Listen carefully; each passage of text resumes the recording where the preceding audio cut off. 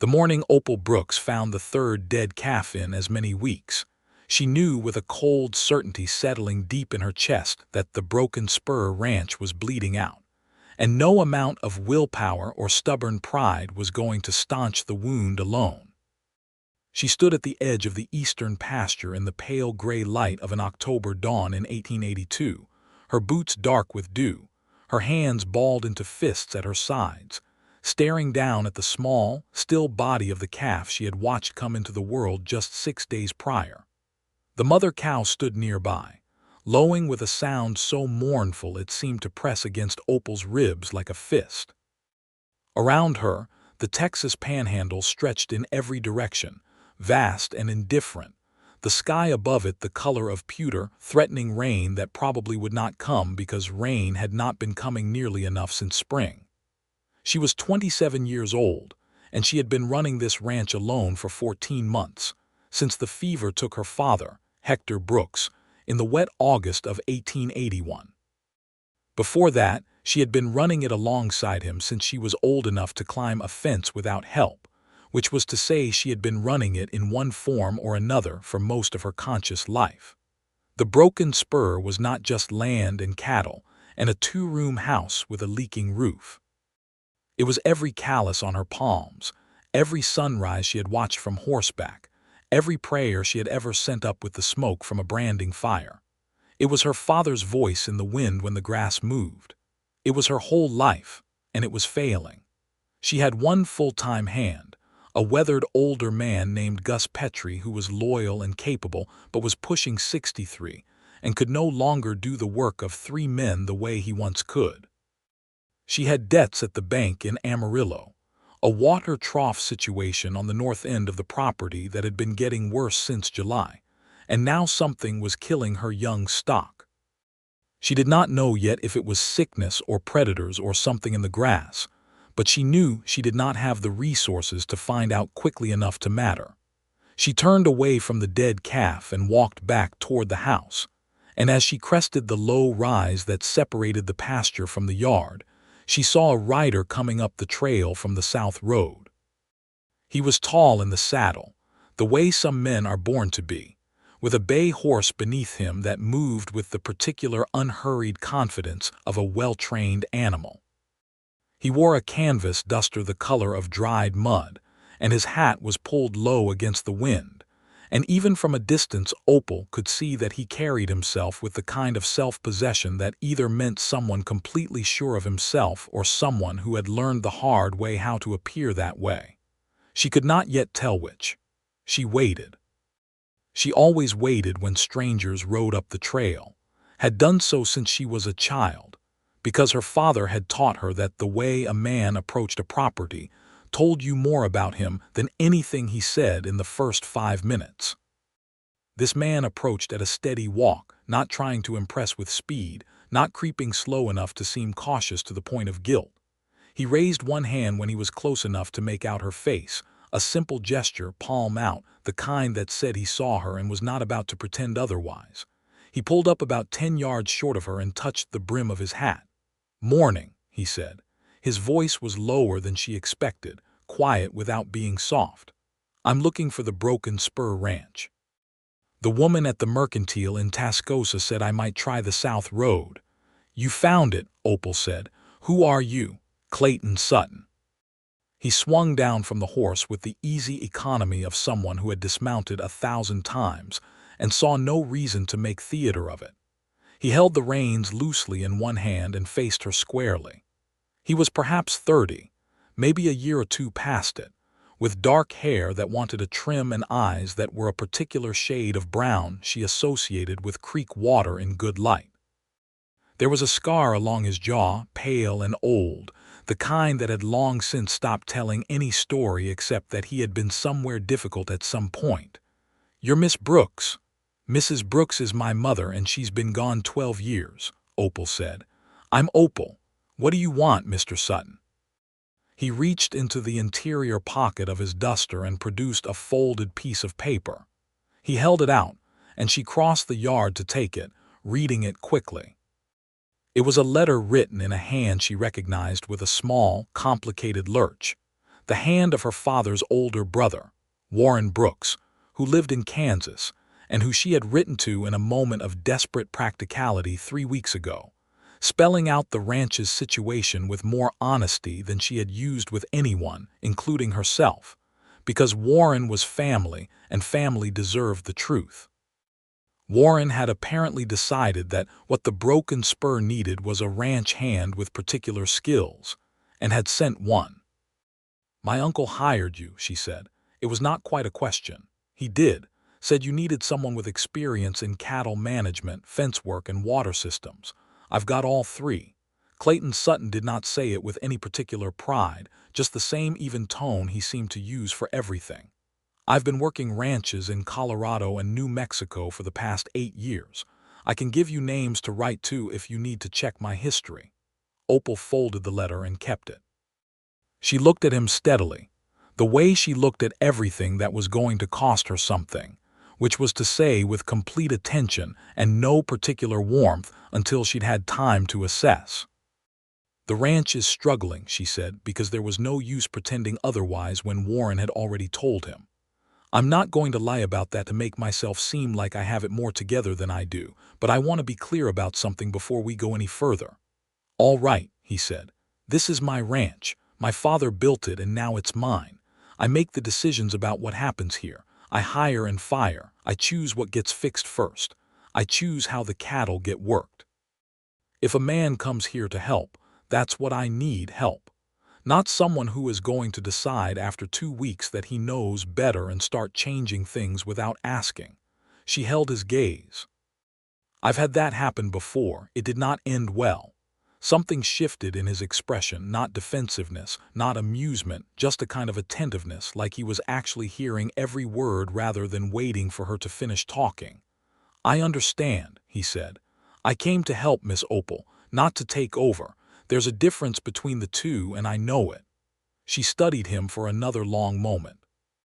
The wind moved through the yard, lifting a little dust, and the cow in the eastern pasture was still calling for her calf, the sound carrying thin and sad across the flat land. She thought about the dead calf. She thought about the water trough. She thought about the bank in Amarillo and the number she had written in her ledger last Thursday night, the number that made her feel like the floor was dropping away beneath her. "There's a bunkhouse," she said. "It's not much, but the roof holds and the stove works. Gus Petrie is the other hand here. He's been with the broken spur since before I was born, and you will treat him with respect." "Of course," Clayton said. "I'll show you where to put your horse."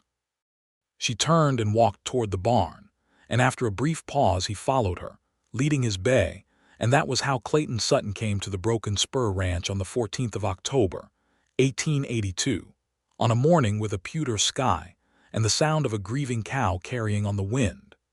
Gus Petrie's first assessment of Clayton Sutton was delivered to Opal over supper that evening, with the particular bluntness that was Gus's defining characteristic after 40 years of saying exactly what he thought. "He knows horses," Gus said, spooning pinto beans onto his plate. "I can tell by the way he handles that bay, and he didn't try to talk my ear off while we were putting up the tack, which I appreciate. Most new men can't shut up for 5 minutes." "High praise from you," Opal said. "I didn't say I trust him," Gus clarified. "I said he knows horses and doesn't talk too much. Those are preliminary positives. The rest remains to be seen." Opal agreed. She ate her beans and cornbread and thought about the dead calf and what Clayton had said when she showed it to him that afternoon. He had crouched down beside it for a long time, turning it gently, looking at its mouth and hooves and the grass around it. Then he had said quietly, "There's a plant, a kind of loco weed that can come up after a dry summer. Calves will eat it when there's not enough grass. Did you notice any of them getting unsteady on their feet before they died?" She had. She had noticed it and not known what it meant. Clayton had walked the pasture for an hour after that and found patches of the weed growing in 3 places, small and easily missed if you weren't looking specifically. He did not make her feel stupid for not having seen it. He just pointed it out and explained what needed to be done, which was to clear the affected areas and move the cattle to the western pasture until the ground could be properly treated. That alone was worth something. She was not ready to say it was worth trusting him, but it was worth something. The following morning broke clear and cold, the sky scrubbed clean overnight by a wind that had blown through around midnight, rattling the window panes of the main house. Opal was up before first light, as she always was, and she was halfway through her second cup of coffee when she heard boots on the porch and then a knock, 3 knocks, measured and unhurried. She opened the door. Clayton stood on the porch in the pre-dawn dark, holding his hat in both hands, which she noticed because it was a small gesture of respect, and she catalogued small gestures carefully in people she did not yet know. "I went out at first light to look at the north water situation," he said. "The trough itself is fine, but the pipe leading to it from the windmill has a crack running about 8 inches along its length. It's been losing water steadily. That's why the trough keeps running low. I can fix it today if you want me to. I'll need a few supplies from town." Opal considered.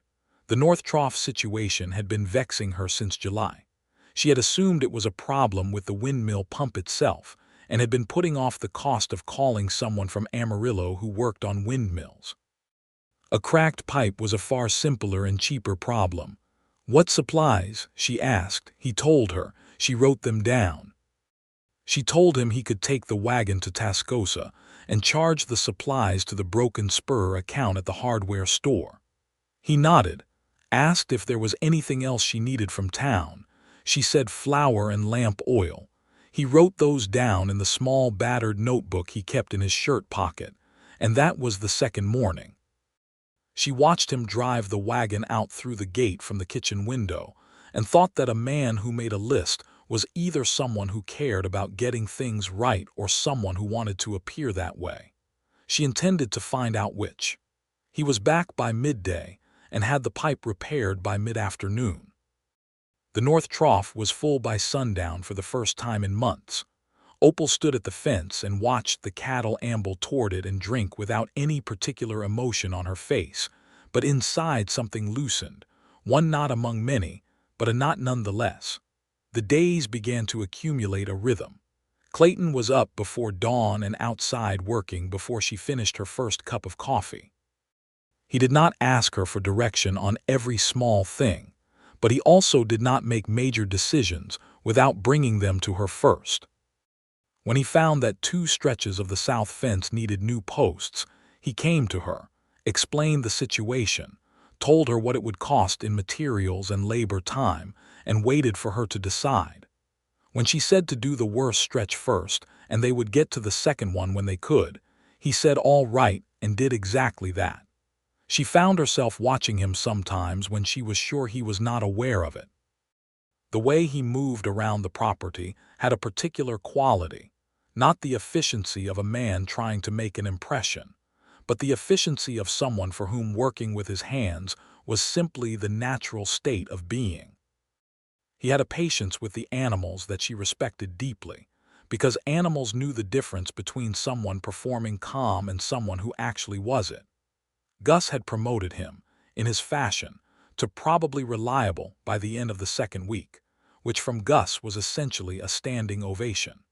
The evening of the 18th day, Opal was sitting at the kitchen table working on the ledger when she heard Clayton come back from the barn later than usual.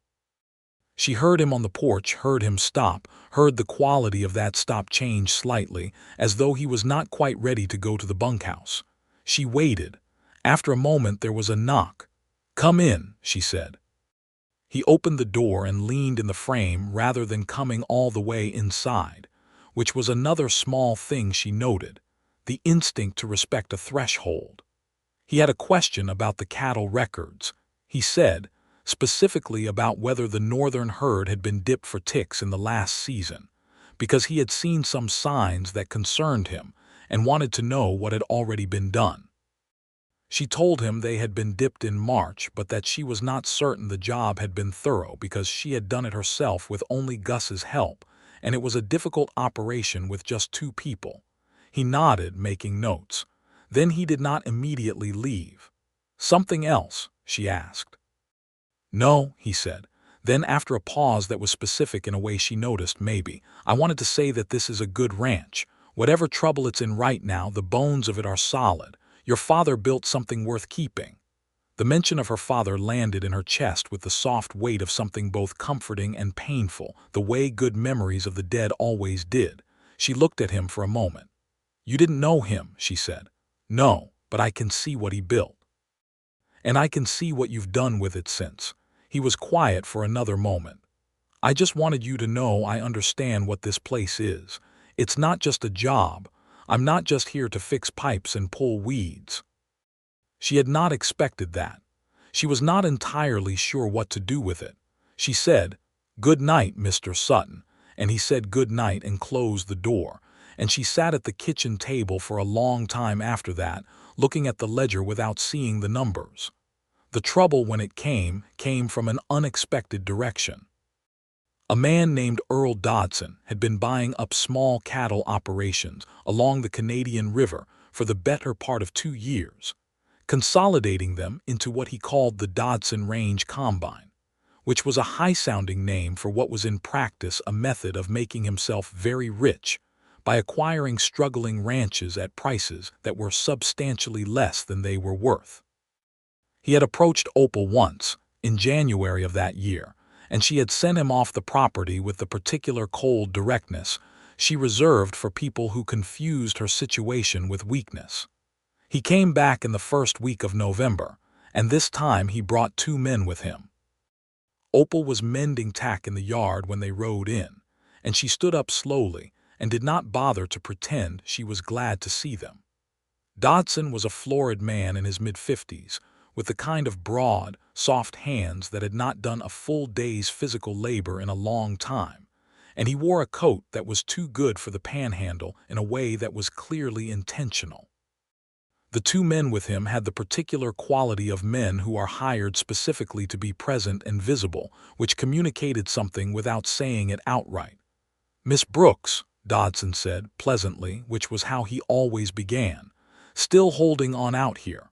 "I am," she said. "I heard you've taken on a new hand." "Glad to see you're making practical decisions."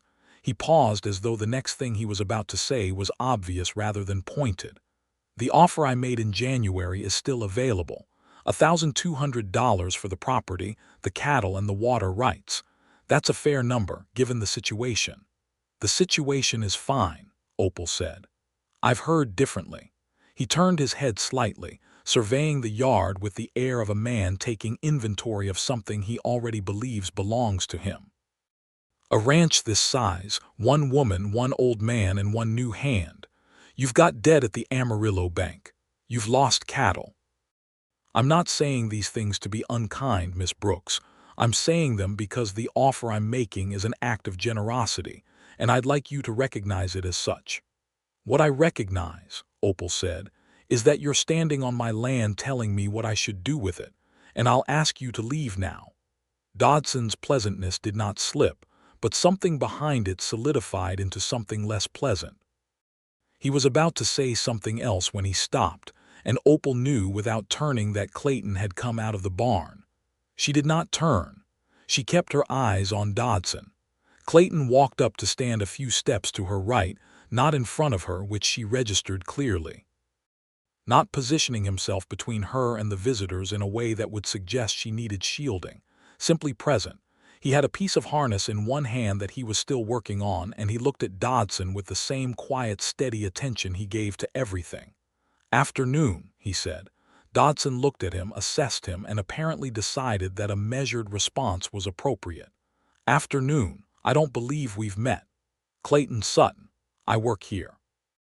He said it simply, without elaboration, and something in the simplicity of it seemed to communicate more than any elaboration could have. Dodson looked between them, recalculated something, and returned his manufactured pleasantness to Opal. "I hope you'll think on my offer, Miss Brooks, times being what they are." He touched his hat, turned his horse, and his 2 men followed him down the south trail without further conversation. Opal did not move until they were out of sight. Then she let out a slow breath. "That's Dodson," Clayton said. It was not a question. "You've heard of him. His name came up in Tascosa." He's bought 6 ranches in the last 2 years from what I heard, all of them small operations with trouble. I know what he's doing, Opal said. And I know what my ranch is worth, which is considerably more than $1,200. The water rights alone are worth more than that. She looked at Clayton directly. I'm not selling. I didn't imagine you were, he said. She paused. You should know that having you standing there probably played into Dodson thinking twice about pressing further. He responds to shows of strength. She said it matter-of-factly, not as a compliment. I want to be clear that I didn't need you to do that. He looked at her steadily. I know you didn't. I wasn't trying to step in front of you.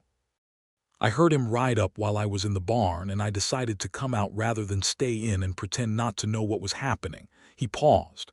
If I overstepped, tell me, she considered. You didn't overstep, she said after a moment. But I want you to understand that this ranch, its decisions and its battles, they're mine. Help means standing alongside, not standing in front. I understand that, he said. I meant what I said the day I arrived. I'm not here to take over. Good, she said. She picked up the tack she had set down and went back to mending it. After a moment, he went back to the barn. But she was thinking, as she worked the needle through the leather, that the way he had come to stand beside her rather than in front of her was a specific thing. Most men, in her experience, erred on the side of positioning themselves between a woman and trouble, not from malice, but from an instinct that was so deeply ingrained they were not even aware of it. The instinct was well-meaning, but it communicated something she had spent her whole adult life pushing back against, the idea that her competence was conditional on whether a man was available to step in. Clayton had not done that. He had simply stood beside her and let her be what she was. She was thinking about that when she stopped thinking about Dodson entirely, and she was not sure what to do with that shift. November deepened and the work deepened with it.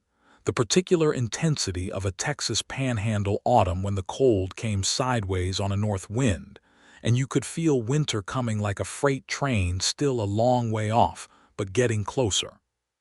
The cattle needed to be moved, the feed stores needed to be assessed, the fences on the north and west needed to be walked and checked, and Opal worked every daylight hour and some beyond it, the way she had always worked, the way her father had taught her to work.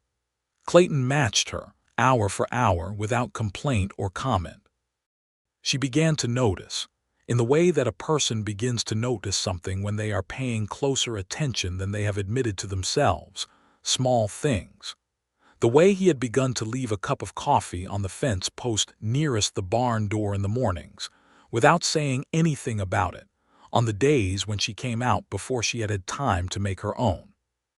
The way he listened when Gus told a story from 20 years ago, with genuine patience, not the performed patience of someone enduring something they wished would end. The way he spoke to the horses, quietly, in the same tone, whether anyone was nearby or not. She began to have conversations with him that were not strictly about the work. It happened gradually, the way real things often do, not in a single moment, but in an accumulation of moments so incremental that it was difficult to say when talking about cattle and fences became talking about other things.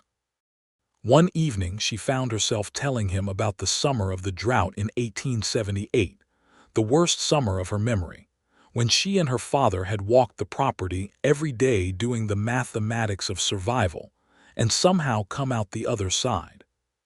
She told it without planning to, it simply came out, prompted by something he had said about water management, and he listened without interrupting, and when she was done he said that her father must have been a remarkable man to have built something that survived that, and then to have rebuilt it after. He was, she said. He was also stubborn and difficult and wrong about a few things, but he loved this land the way you love something you made with your hands from nothing. What was he wrong about? Clayton asked, not intrusively, just with the specific attentiveness that was his way. She smiled, which she did not do often, and which she was not entirely aware of when she did it. He thought women ought to be inside more than outside. He did not say it often because he knew I would argue it, but it was there. He thought I would eventually want a house in town and a different kind of life. She paused. He was wrong about that. Clearly, Clayton said. What about your family? She asked, because she had found that she was genuinely curious about him, which was a state she recognized as different from the professional curiosity she had applied to him when he first arrived. He was quiet for a moment, the specific quietness of someone deciding how much of something to share. My mother and father are in Missouri, he said. I left when I was 20 to go west, and I've been working ranches ever since. I have a sister, Martha, who is married to a good man and lives outside St. Louis. I write to her when I remember to. He paused. I didn't leave because of trouble. I just wanted to see what was out here. And what did you find?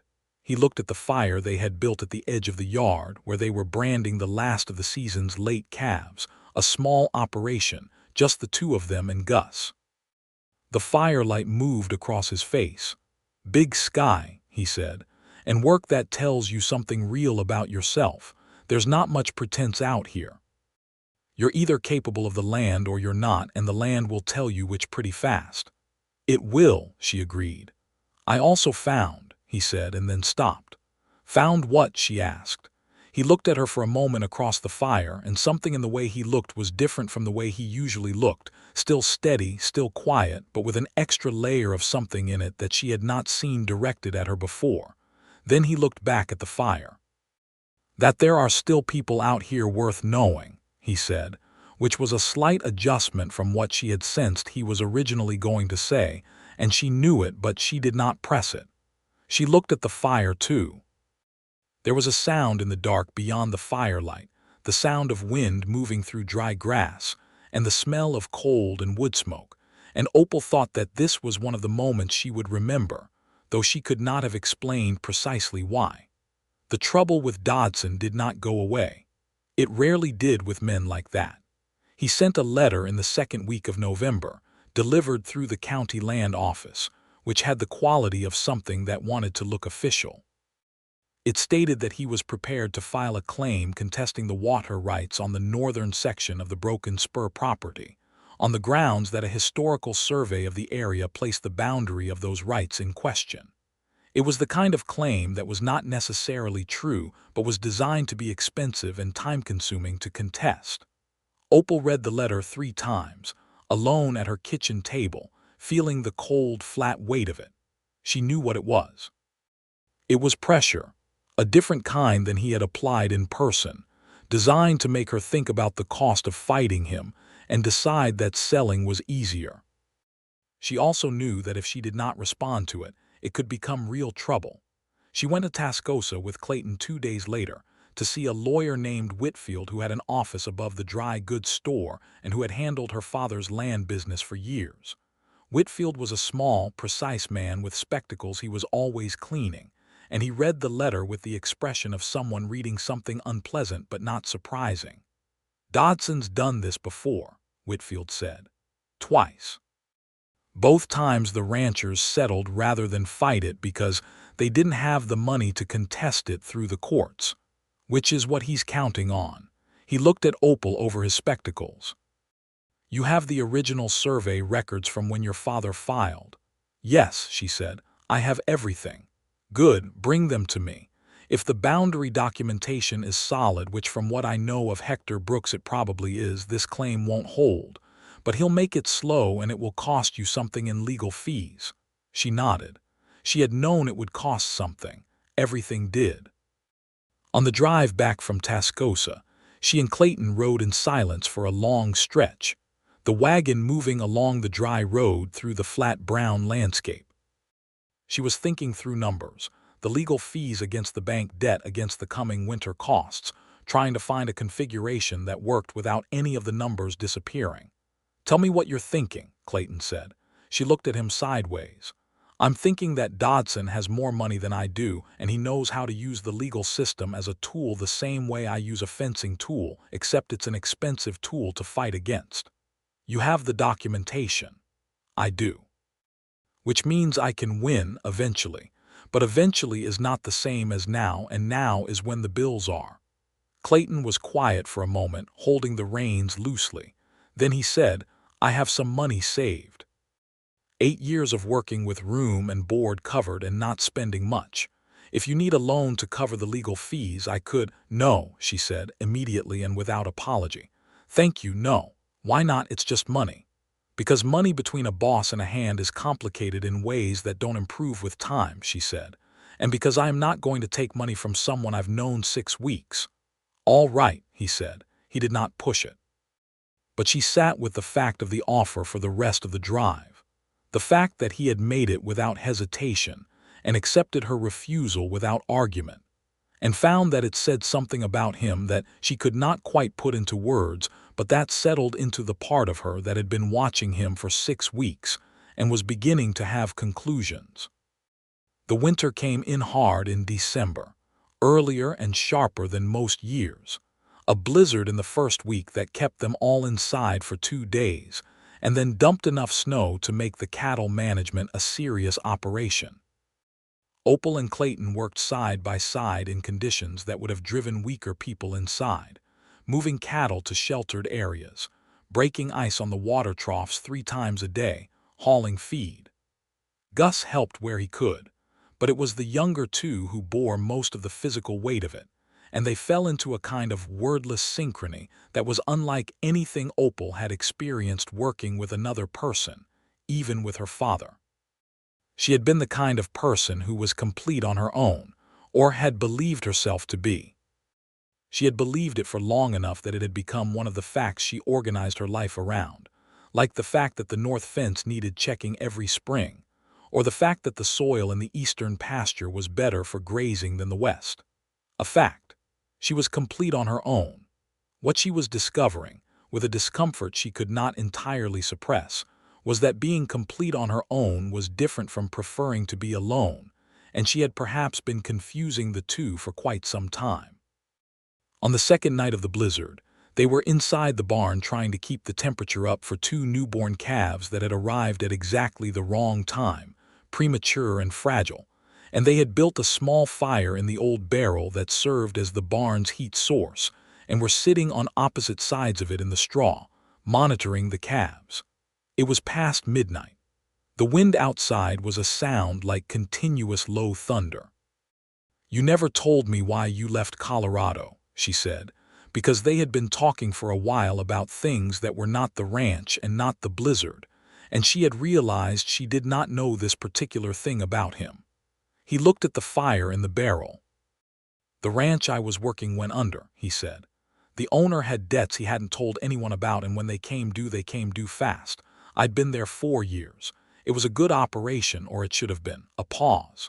"I stayed to the end and helped him settle what could be settled. Then I was at loose ends, which is when your Uncle Warren found me through a man we both knew and wrote to me about the broken spur." "You stayed to the end of a failing ranch," she said. "It seemed like the right thing to do." She looked at him across the fire and thought about the kind of man who stayed to the end of a failing thing because it seemed right, who drove a wagon to town and made a list, who left coffee on a fence post without making a production of it, who stood beside a woman rather than in front of her. She was aware of a significant shift happening inside herself, had been aware of it for weeks in the way you are aware of a coming storm, and she had been managing it the way she managed most things that required management, with steady, practical attention and the occasional deliberate refusal to look directly at it. She looked directly at it now. "Clayton," she said. He looked up at her. "I'm going to say something that is somewhat outside the ordinary nature of our situation," she said carefully, "and I want you to understand that I'm saying it with full awareness of what it is, which means I'm not confused or speaking without thinking it through." He was very still. One of the calves shifted in the straw behind him. The fire in the barrel sent light moving across his face. "I think you are a good man," she said. "I have been trying to decide whether I thought that for several weeks, because I wanted to be sure before I said it out loud to you rather than just to myself. And I am sure." She paused. "I also think that what has been happening between us, over the course of working together and talking and being in the same spaces, is something that I have not experienced before, which is notable because I'm 27 and not given to flights of feeling." Another pause. "I'm not certain what to do with any of that yet, but I thought you should know that I know it's happening." There was a silence that was not an uncomfortable one. The wind outside pressed against the barn walls. "I've been knowing it's happening for about 5 weeks," Clayton said quietly. "I wasn't going to say anything because you're my employer and I didn't want you to think I'd come here with any kind of intention that was not what I said it was." "I don't think that," she said. "Good," he said, "because I didn't. I know you didn't." They looked at each other across the fire, and it was the simplest and most complicated moment Opal could remember living through. And then one of the calves made a small, urgent sound, and they both moved toward it at the same time. And they were laughing before they even understood why. And the laughter was warm and real in the cold of the barn. And Clayton's hand found hers briefly in the straw as they settled the calf, warm and certain, and neither of them pulled away. They did not kiss that night. They were not people who moved recklessly toward things. But something had been said and acknowledged, and the world reorganized itself around it with the particular finality of things that are true. Christmas came and went on the broken spur with a modest celebration. A good meal that Opal cooked with flour and spices, and dried fruit she had been saving, and a bottle of whiskey that Gus had been saving for what he called a sufficiently good occasion. Clayton had ridden to Tascosa and come back with a small painted tin box that he left on the kitchen table with no note. And when Opal opened it, she found inside a good quality penknife with a bone handle and a small paper packet of coffee beans from Mexico that smelled so extraordinary. She held the packet to her face and breathed it for longer than she would have admitted to anyone. She gave him a pair of good leather gloves she had ordered through the mercantile 6 weeks before, knowing that his work gloves were wearing through. When he put them on they fit perfectly, which he noted, looking up at her. "I noticed your hand size," she said matter-of-factly, "when we were working with the rope on the fence repair in November." She said it without embarrassment because it was true and accurate, and she had made a practical decision with the information. He looked at her for a moment with an expression that was warm in a way that was not quite the same as what she had seen on his face before, softer at the edges, more internal, the way someone looks when they are feeling something they could not have predicted. Then he said, "Thank you, Opal," and she understood from the particular way he said her name, without the miss in front of it which had begun to slip away naturally over the weeks, that it was carrying more than the thanks for the gloves. "Merry Christmas, Clayton," she said. "Merry Christmas," he said.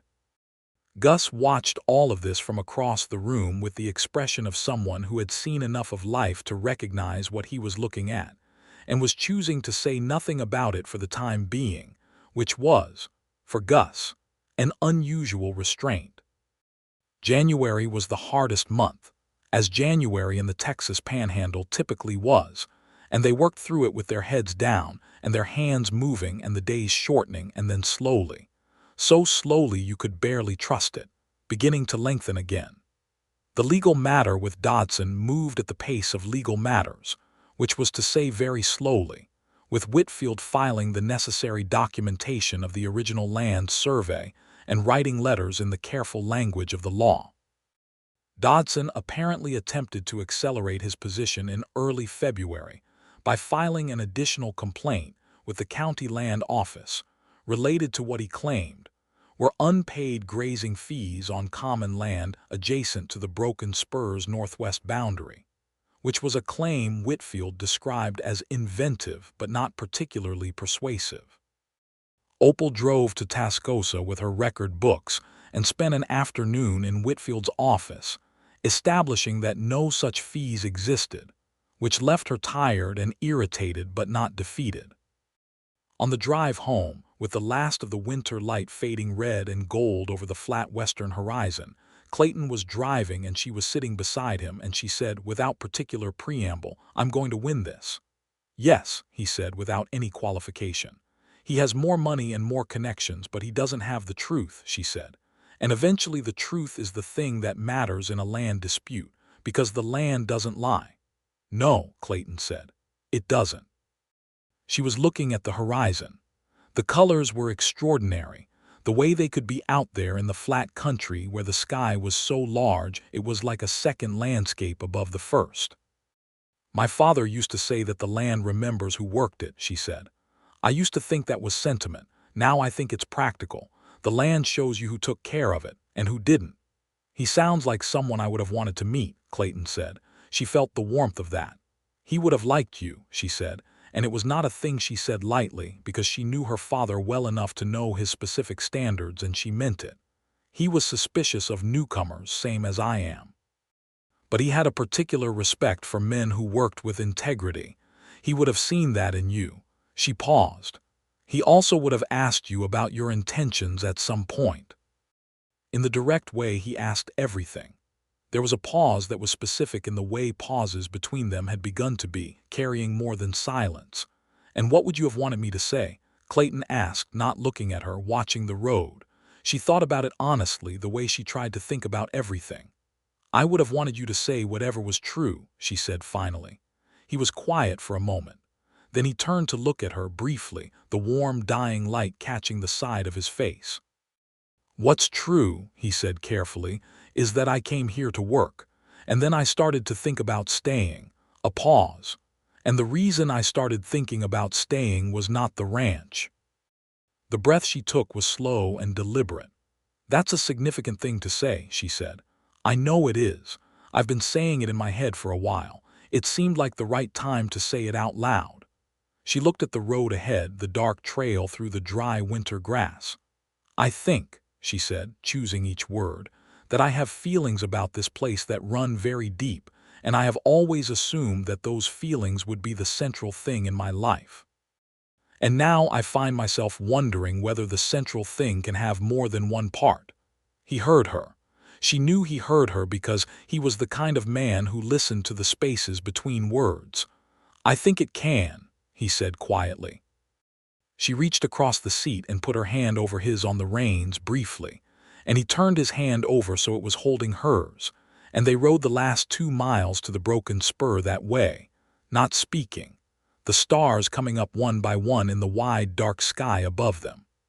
The legal dispute with Dodson was resolved in the second week of March, in a manner that was not exactly a victory, but was a substantial and definitive one. The county land office, having reviewed the original Brooks survey documentation alongside Whitfield's filing, rejected both of Dodson's claims, the water rights challenge and the grazing fee complaint, and sent a formal letter to all parties to that effect. Whitfield sent a corresponding letter to Dodson making clear that any further spurious claims would be met with a counterfiling at the state level, which Whitfield believed would be quite expensive for all parties, and which he understood the county judge would view with considerable skepticism given the pattern. Dodson did not respond. Opal heard through someone in Tascosa, 2 weeks after the ruling, that he had turned his attention to a ranch on the other side of the county, which was unfortunate for whoever owned that ranch but was not her problem. She read the letter from the land office twice at the kitchen table, the morning it arrived, and then she set it down very carefully and sat with it for a moment. Then she went outside and found Clayton repairing a section of corral fence, and she held up the letter. He set down his tools and came to take it, read it, looked up at her. The morning light was behind her, and the world was beginning its slow, beautiful turn toward spring. She could smell the first hint of something green in the air. "It's done," she said. "It's done," he agreed. She had not planned to do what she did next, which was to step forward and put her arms around him, not gently but with the full force of 14 months of worry and work and stubbornness finding an ending, because she could not say all of that in words quickly enough, and he was right there, and she was not, in this moment, being managed or careful. She was being herself. His arms came around her immediately and without hesitation, and he held her with the same quality he had in all things, solid and real and without pretense, and she pressed her face briefly against his shoulder and allowed herself, for the length of about 4 heartbeats, to simply feel the exhaustion and the relief and the complicated joy of having kept the thing she loved. Then she stepped back and she looked at him, and she was not embarrassed and he was not embarrassed, and the look between them carried everything it carried. "I'd like to have supper with you tonight," she said. Not as your employer and her ranch hand, just supper, the two of us. I'd like that very much, he said. That evening, Opal cooked a proper meal. Chicken with peppers and onions and biscuits made with real butter that she had been saving. And she set the table in the main house and lit the oil lamp, and they sat down together. Gus had understood without being told that he was having supper in the bunkhouse that night, and had taken his beans and biscuits there, with a look on his face that suggested he found this development both overdue and satisfying. They talked through supper, and after it, the lamp burning low, the spring night pressing gently against the windows. They talked about Missouri and Texas and Colorado. They talked about the things they wanted that were not complicated: good land and healthy cattle, and enough time to rest before starting again. And then they talked about the things that were more complicated: what it meant to be a woman running a ranch in 1883 in a world that still found that fact remarkable, what it meant for a man to love a woman like that, which was the word that was now between them, said carefully, and for the first time, and confirmed quietly in the way that real things are confirmed between people who are not given to theater but feel everything. It was Clayton who said it first, with his elbows on the table and his eyes on her face and the particular honesty that was his defining quality. "I love you," he said. "I have for a while. I wanted to say it when you were ready to hear it."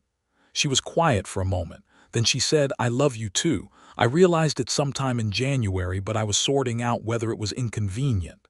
He laughed, low and genuine. "Is it?" "Tremendously," she said. "And I don't care." He reached across the table, and she put her hand in his, and neither of them moved for a long time. Spring arrived on the broken spur like a debt being paid, which was to say slowly and with considerable back and forth, but in the end definitively. The grass came back. The cattle that had made it through the winter were in good condition, thanks in no small part to the careful management of the feed stores and the livestock care through the hard months.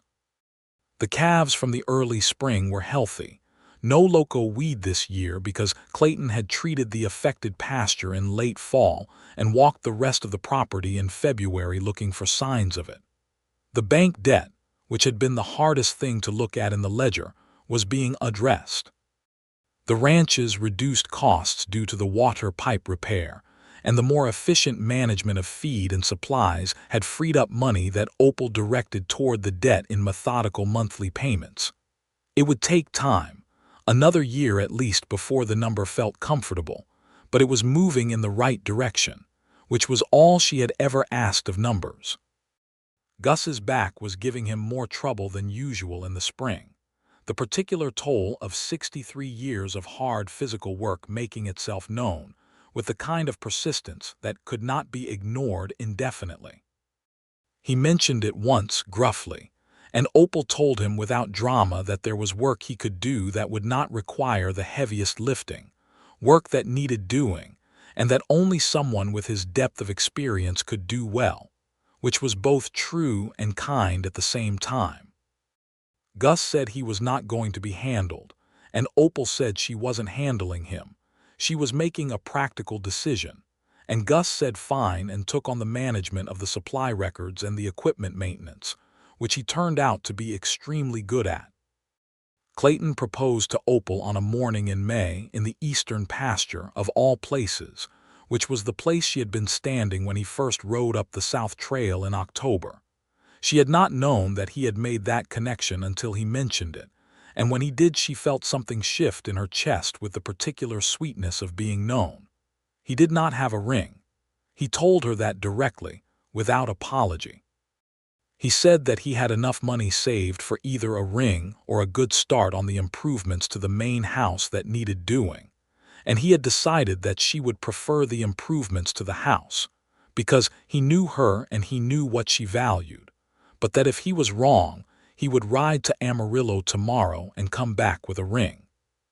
She looked at him in the morning light of the pasture where 3 calves grazed 20 feet away, and the sky was the clean pale blue of Texas in May, and she said she was not wrong. He was not wrong. She would take the house improvements over a ring without hesitation, But there was a woman in Tascosa who made simple silver rings that were beautiful and not expensive, and she had admired them in the shop window twice, and she thought perhaps they could find a middle path. He said that sounded exactly right. She said yes. They were married in June of 1883 in a ceremony in Tascosa that was small because neither of them was given to large productions. Whitfield attended, and the woman from the mercantile who had directed Clayton to the south rode 7 months earlier, which felt to Opal like a narrative circle closing with satisfying completeness. Gus wore his best shirt and looked ferociously dignified. Warren Brooks sent a letter from Kansas that arrived 3 days before the wedding, warm and a little boastful in the way of people who like to be credited for good decisions, and Opal forgave him the boastfulness because the decision had been good. The simple silver ring fit perfectly, which Opal considered both a happy accident and an appropriate symbol. They did not leave the Broken Spur for a wedding trip because the Broken Spur was not a place you left during cattle season, and neither of them had any desire to be anywhere else. Their version of celebration was a good meal and a long evening on the porch in the warm June night, sitting close together, looking at the stars that were, in the Texas Panhandle, genuinely extraordinary, the kind of sky that made you feel the size of things without making you feel small. What did you expect your life to be? Clayton asked her that evening. When you were young, she thought about it seriously. This, she said. Exactly this, but without someone to share it with because I had accepted that as an acceptable loss. I was wrong about that. What changed your mind? You did, she said simply. Or rather, the specific way that you are. It's not a general thing, it's you in particular. He was quiet for a moment, feeling the weight of that. Then he said, I never had a clear picture of my life. I just followed the work and the land. But this, he looked out at the dark ranch, the stars above it, the distant lowing of the cattle. This is the clearest picture I've ever had. She leaned into him on the porch bench, and his arm came around her, and they sat like that for a long time, listening to the ranch breathe in the night. The first real test of their marriage in the practical daily sense was not dramatic. It was small and somewhat predictable, and was therefore a better test than a dramatic one would have been. It was about the northern fence. In August, Clayton suggested to Opal that the northern fence along the entire east-west boundary should be replaced in the following spring, not just repaired section by section, but fully replaced with new posts and proper wire, which was a significant expense, but would eliminate the ongoing patchwork repairs that were accumulating costs without solving the underlying deterioration. He brought the proposal to her in the evening, as he always brought major decisions, with the costs and the estimated savings over 5 years laid out clearly. She disagreed with the timeline. She thought the money should be directed first to the east pasture soil treatment that would improve grazing quality and was more likely to affect the cattle's health directly in the shorter term, and the fence could be handled in the spring after next, by which time the bank debt would be further reduced and the costs less pointed. They sat across from each other at the kitchen table where she had so often sat with her ledger alone, and they discussed it with complete honesty and some heat, not anger but the heat of two people who both knew what they were talking about and both cared about the outcome. Clayton pressed his point with the same quiet firmness he brought to everything. Opal pressed hers with the particular authority of a woman who had been making these decisions for 14 months before he arrived, and whose instincts had been honed by necessity. In the end, she held her position and he accepted it, not because she was the boss, though she was, but because he heard her reasoning and found it sound, and said so. The east pasture treatment happened in early spring. The fence replacement was scheduled for the spring following that.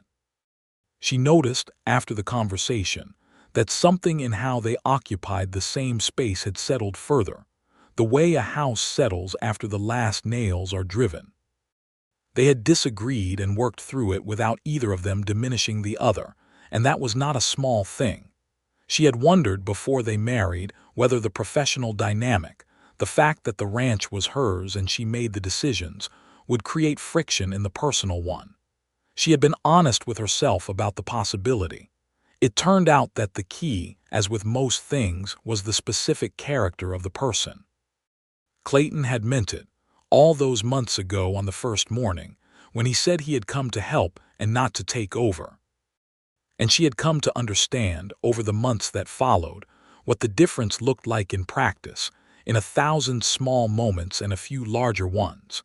It looked like a man who would stand beside you rather than in front of you, who would make a list and come back with flour and lamp oil, who would leave coffee on a fence post without making it a statement, who would hear you say no and understand that no was an answer.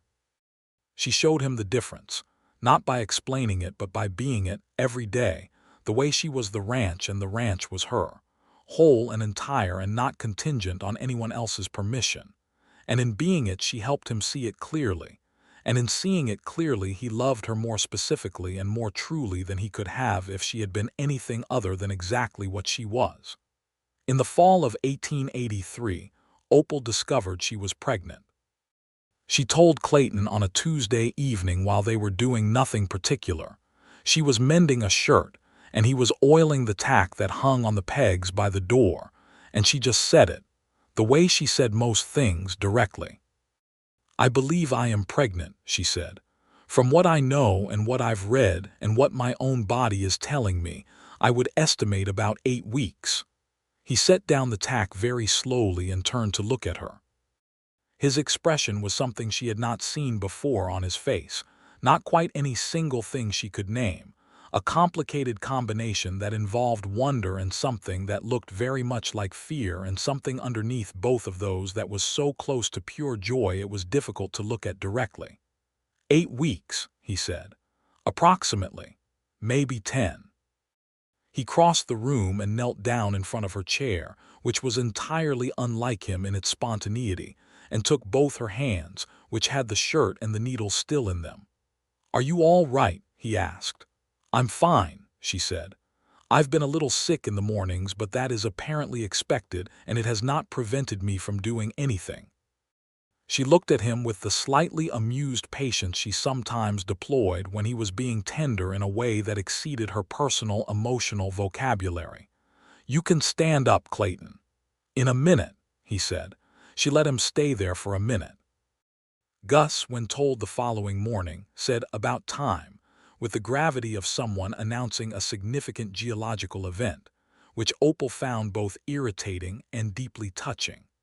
He then went to his bunk and came back with a small carved horse he had made years ago from a piece of walnut wood, smooth from being handled, and set it on the kitchen table without comment.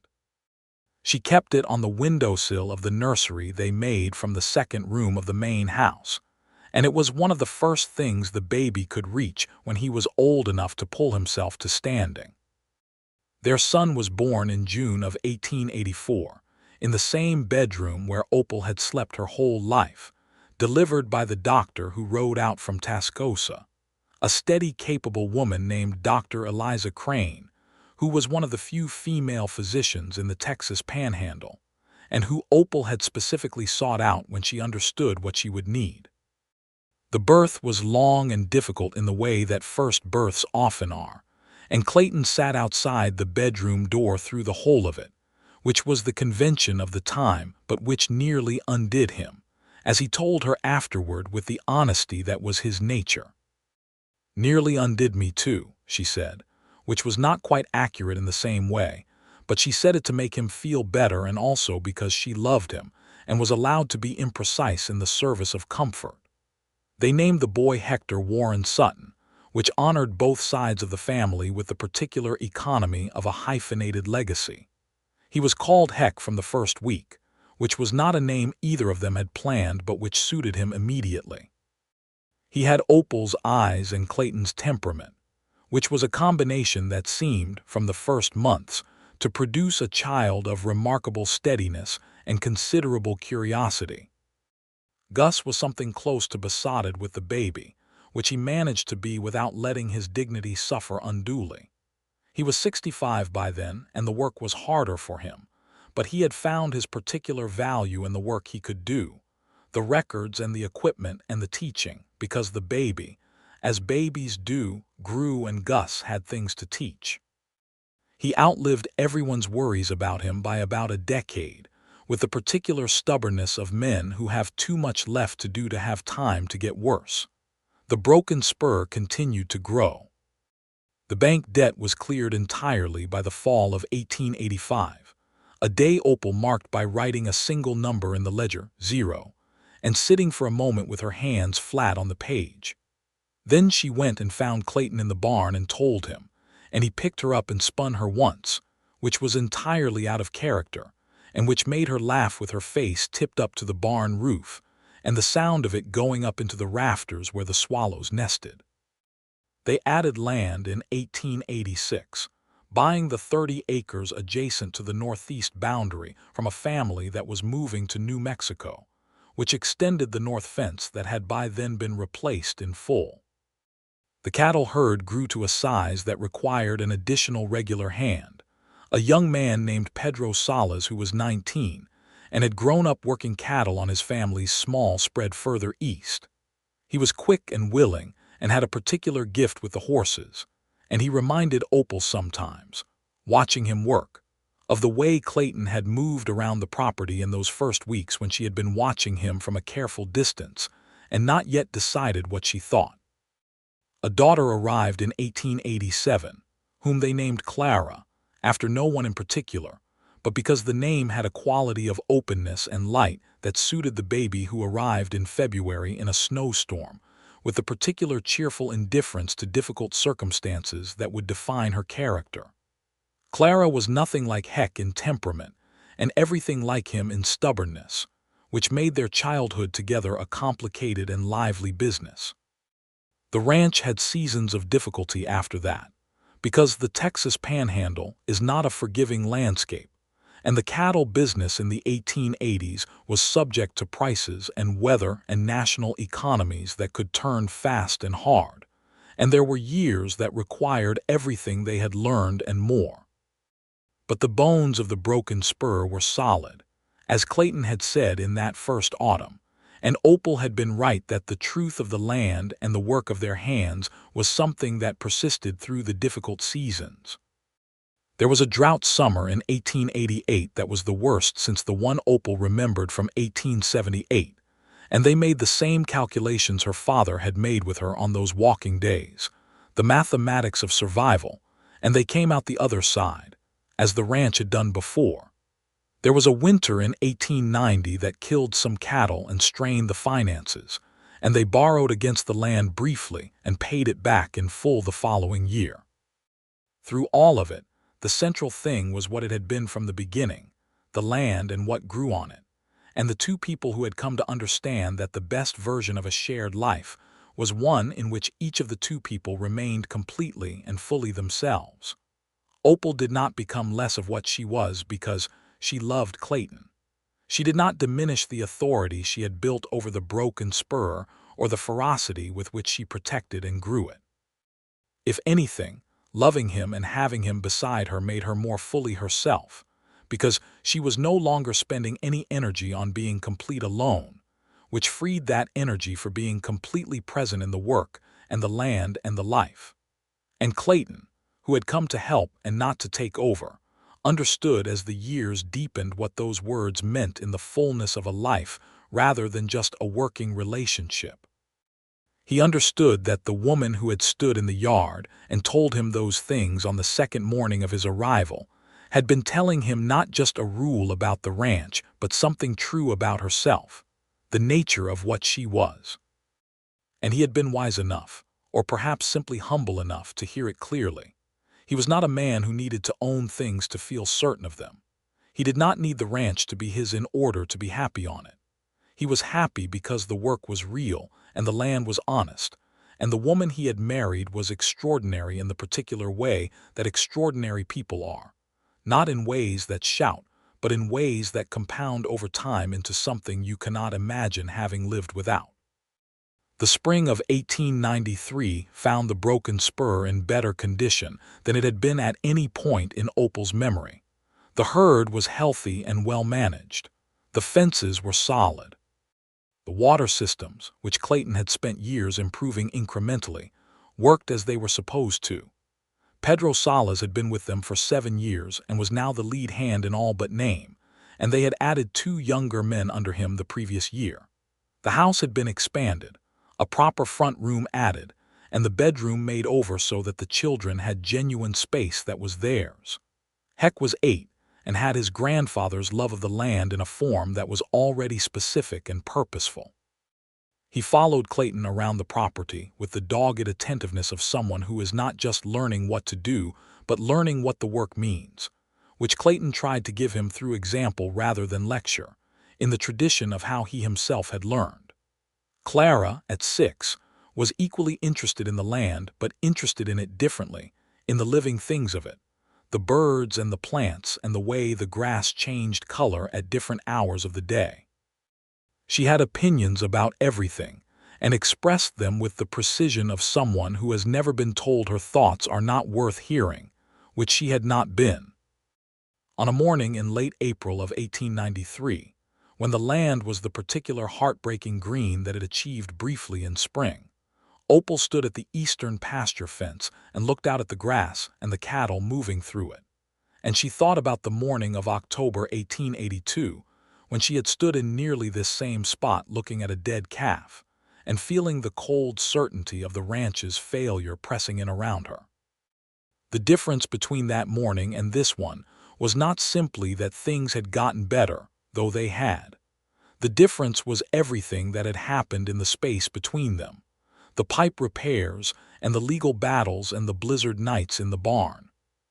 The supper with the lamp burning low, the yes in the pasture, the ledger with 0 written in it, the children's voices from inside the house, all of it specific and real, not the life she had planned for herself, but the life that had happened because she had held onto the things that mattered and let in the things that were genuinely good.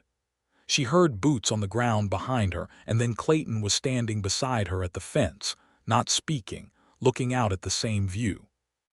He had a cup of coffee in each hand, and he offered her one without looking at her, the same way he had been leaving it on fence posts for years now, without ceremony and without expectation of credit. She took it. They stood together at the fence and looked at the broken spur in the April morning light, the grass and the cattle and the wide Texas sky over all of it. And there was nothing that needed to be said because everything that had needed saying had been said, in words and in silence, and in the 10 years of mornings that stood between then and now. After a while, Clara's voice came from the yard, calling for her father to come see the nest she had found in the cottonwood tree at the edge of the barn. He looked at Opal, who tilted her head toward the yard, and he handed her his coffee cup and went. She stood at the fence holding both cups, listening to her daughter's excited description of the nest and her husband's patient attention to it. And beyond the fence the cattle moved through the green grass, and the sky above her was so blue and so large it seemed like something given, a gift from a world that was not always generous but sometimes, in the specific light of a specific morning, was exactly that. The broken spur was not going to fail. She had known it for a long time, but standing there with the coffee warm in her hands and the spring light on her face and the sound of her family in the yard behind her, she knew it the way she knew the land, deep in her bones, certain and clear and entirely her own. It was hers, all of it. The land and the work and the man who had come to stand beside her, and the children who carried both of them forward into a future she could not see from here but did not need to, because the present was already enough, more than enough. It was everything.